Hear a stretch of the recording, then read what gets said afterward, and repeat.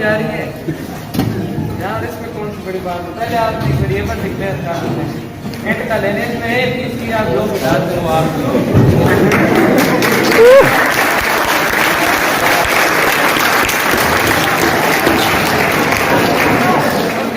क्या चीज है उसमें प्रिंटर आ जाएगा।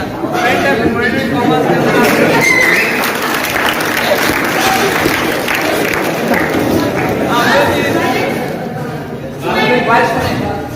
आप जो चीज प्रिंटर के अंदर लिखेंगे ना, जब आप प्रोग्राम रन करेंगे तो एक ब्लैक शेडेड स्क्रीन आएगी, आपको उस पर वही चीज दिखाएगी। उसके बाद अगर आपने यूजर से वैल्यू इनपुट लेनी है तो आप स्कैन ऐप का इस्तेमाल करते हैं, उसमें वो ब्रैकेट की लड़के उसमें एंड का साइन भूल जाते हैं। ठीक है, एंड का साइन अगर आप नहीं डालेंगे तो आपका एरर आ जाएगा, प्रोग्राम रन नहीं होगा। ठीक है, उसके बाद उन बंदों का अभ्यास करें। ये जो पीछे जो समर टेस्ट गुजरा है ना, अगर जिसके 40 से ऊपर होंगे उसको तो ट्रीट मैं दूंगा, जिसने 40 तो घाट आने से भी ट्रीट मैं ही दूंगा।